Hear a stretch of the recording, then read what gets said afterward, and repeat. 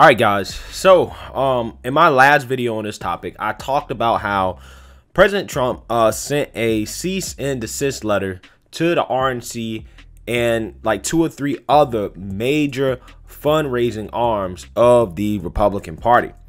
And back then, basically, it seemed like probably a week ago, I said that this was a good move from Trump. And I like this move because if Trump really wishes to take over the Republican Party, right, and to become a kingmaker within the party, money matters, right? Because money runs politics. Okay, money runs politics.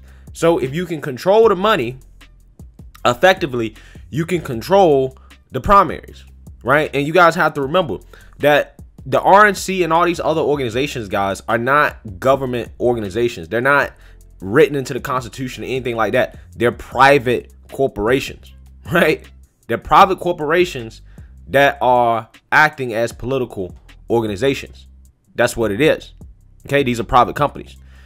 So there's no set in stone thing that says that the RNC has to be running everything when it comes to elections and funding and things of that nature, right? So Trump, again, if he can take the mantle away from the RNC as the main fundraising arm of the GOP, that would instantly make him not only the king, but the kingmaker of the Republican Party. And guys, like I've told you, I'm going to cover in depth, or at the very least, I plan on covering in depth Trump's journey to becoming a kingmaker, because that's what he's trying to do. He's trying to take control of the party. And one of the ways that he can do that is through the money. However, the RNC has decided to push back on that, right? They're trying to push back on Trump in regards to being able to use his likeness to raise money. And this is a big deal because Trump's likeness is very valuable to the Republican Party, because basically at this point, Trump is the party. So the RNC being able to use his image is very important to them, because if they can use his image, they can continue to fundraise and be the main source of money, in the establishment at that point will then be able to redirect money the way they see fit, which may not align in Trump's interest. So let's read a little bit more here about how this is going down. The Republican National Committee is denying a cease and desist demand from Donald Trump's attorneys, who asked the party's organization to stop using the former president's name and likeness in fundraising appeals. In a letter sent Monday afternoon to Trump attorney Alex Cannon, RNC chief counsel Justin Riemer asserted that the committee, quote, has every right to refer to public figures as it engages in core First Amendment protected political speech, and it will continue to do so in pursuit of these common goals.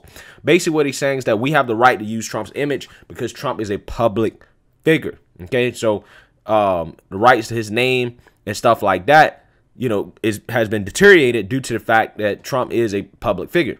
That's the argument. The letter is a brushback to the Trump team, which sent a March 5th request that the RNC immediately cease and desist the unauthorized use of President Donald Trump's name, image, and or likeness in all fundraising, persuasion, and or issue speech. Trump's attorney sent letters to a cadre of GOP committees asking them to stop using Trump in fundraising appeals, including the National Republican Senatorial Committee and the National Republican Congressional Committee. Other groups loosely affiliated with the party also received notices. An NRCC spokesperson declined to comment on how the organization planned to respond to the cease and desist letters, and the NRSC spokesperson did not respond to a request for comment. The dust-up represents a rare break from the Trump team and the RNC, which during the 2020 campaign worked together through a joint fundraising vehicle to raise over $366 million. The two sides merged their political and digital operations together in a single operation in the run-up to last year's election, and their fundraising activities were closely aligned. Trump and McDaniel speak frequently, and just after the election, he endorsed her to serve a third term as party chair, a nod that paved the way for her re-election. But as he plots out his plans to exact revenge on his perceived Republican enemies in the 2022 midterm elections, the former president has begun to assert greater control over how his name is used to generate fundraising dollars. Just days before the cease and desist letters were sent, Trump delivered a speech before the Conservative Political Action Conference in which he said that the only way to financially support Trump-aligned Republicans was through Save America, his leadership political Action Committee. All right, so basically what that means is that Trump is trying to control the money, like I told you guys before, right? If Trump can make his own PAC, right, Save America, be the main source of funding for the party, then he instantly controls everything. It's almost like a cheat code, okay? Because, again, you got to understand,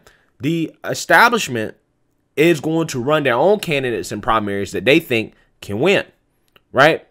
Trump is going to run his own candidates in the primaries, right? The winner of those primaries is probably going to come down to who has the most money, right?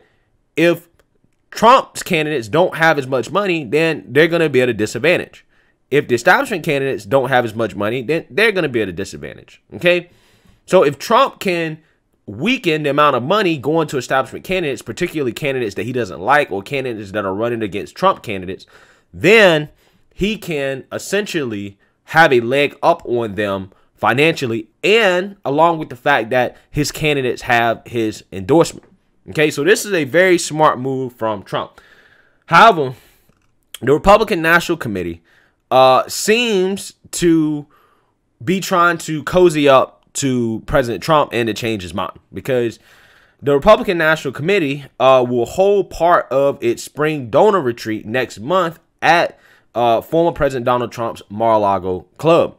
The retreat, which is scheduled to run from April 9th to 11th, is expected to draw some of the GOP's biggest donors to Palm Beach, Florida, and will feature a speech by Trump, who continues to retain his grip on the party. Most of the gathering will take place at a nearby luxury hotel, but the RNC plans to hold a Saturday evening event at Mar-a-Lago to accommodate Trump. The plan to hold a portion of the donors retreat at Trump's private club was first reported on Monday by the Washington Post. A person familiar with the plans confirmed the move to the Hill. A spokesperson for the RNC did not immediately respond to the Hill's request for comment. The planned Saturday dinner event at Mar-a-Lago isn't out of the ordinary for the RNC. The party regularly held its donor retreats in Palm Beach during Trump's presidency, with some events at Mar-a-Lago. All right, so what that means is that the RNC basically, to a certain extent, is trying to buy themselves into the good graces of Trump, right?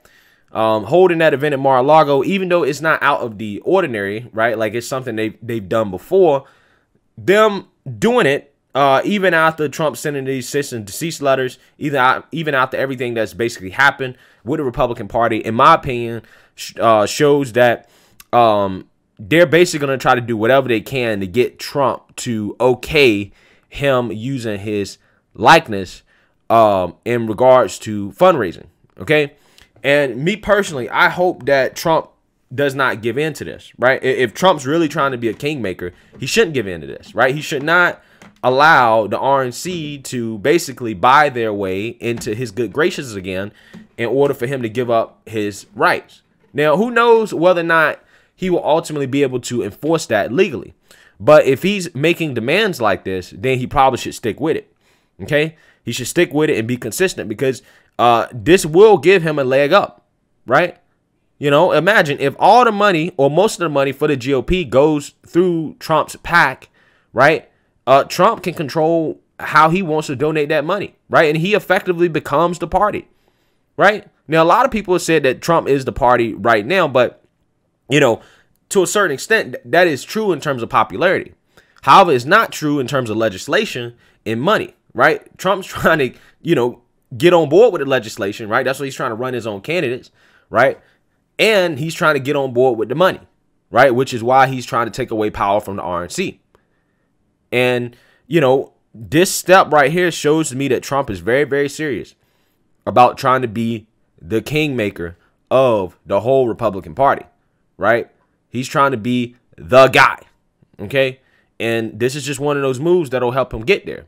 But obviously, you know, the RNC is pushing back because they know how much they need Trump's likeness in order to raise money, because the establishment, right, doesn't have anything else they can raise money off of, right? Which is, again, you know, it goes to say, you know, kind of, you know, how sad it is that, you know, the Republicans at this point can't raise money off of anything except Trump. You know, it is really sad. Because at the end of the day, if the GOP had a platform, right, a real platform, you know, and ideas that they really believed in, then they should be able to raise money. They shouldn't need Trump. They should be able to raise money regardless of Trump. But the GOP has attached themselves to Trump, whether they like it or not, because Trump actually have ideas and Trump actually has policies, right? And because Trump has ideas and policies that he wants, what happened was that they allowed Trump to come in and basically take over. And now they can't survive without Trump, right? This is what happens when, you know, your only position is, well, we just oppose to the Democrats, not that you have your own positions, right? You have your own positions that, you know, is independent of what the Democrats do, right? That's the problem with politics. And I think that's the biggest problem with the Republican Party right now is that, you know, they found themselves in a position where they become dependent on Trump because Trump is the only person in the party that's talking about any real ideas and policies. Everybody else is just, oh, well, we don't like the Democrats. And Trump is more than just, we don't like the Democrats, right? And it's not no surprises to me, right? When you actually start talking about things, you know, more than just, well, we don't like the Democrats, all of a sudden, you know, you become very popular, right? I mean, this stuff is not rocket science, okay? So Trump, you know, he's in a very interesting position here, and we will see what he does moving forward, and if he continues to hammer down and try to protect his likeness and his name being used for fundraising reasons. I think that he should. If he continues to do that, I think this will be a good move for him taking control, complete control of the party. So let me know what you guys think. Make sure you like, comment, and subscribe. Most importantly, share a Black conservative perspective. Peace.